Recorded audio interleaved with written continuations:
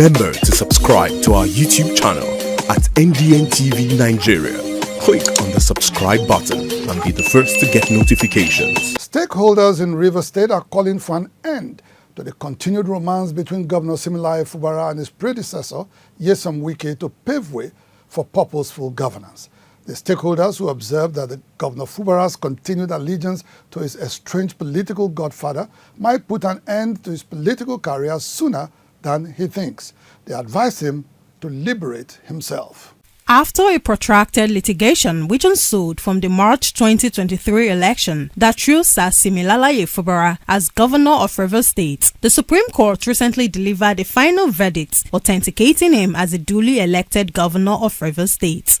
The ruling had thrown the state into jubilation and celebrations among civil servants, politicians, and residents alike, who called on Governor Fubara to focus on delivering purposeful governance now that the coast is clear. The victory for Sim is not just for Sim but for entire Rivers State. What we are looking forward to more is good governance, proper development, not one-sided development, not a flyover sort of development.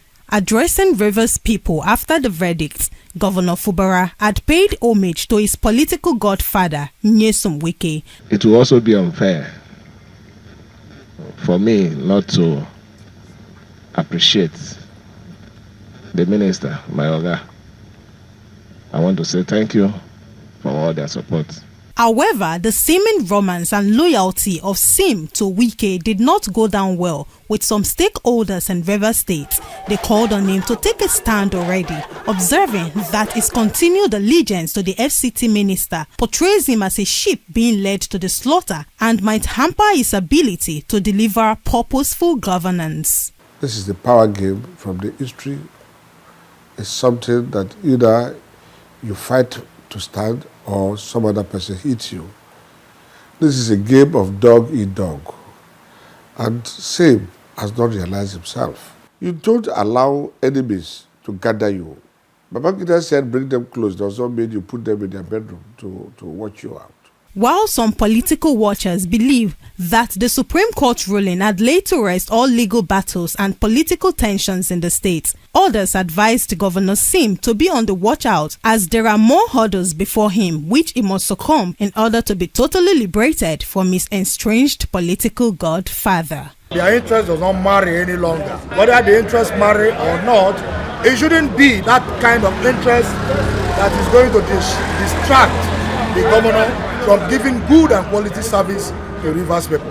In the last 4 months, Rivers' political scenes have been swiftly changing. Although Governor Wike was yet to vent after the Supreme Court judgment, the body language of his foot soldiers in the state suggests that they are far from giving peace a chance.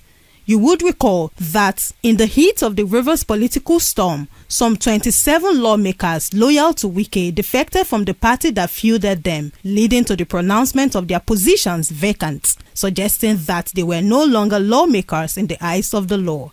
In the twist of events, these embattled lawmakers had resumed sittings following the peace pact brokered by President Bola Tinubu. However, there are indications that these lawmakers, widely referred to as Wike boys, may soon strip Governor Sim of his powers as an executive governor.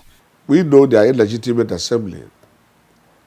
And so, but if we allow them to go without being challenged, one day Rivers people will be surprised that Sim is impeached. Maybe there and then his eyes will be clear.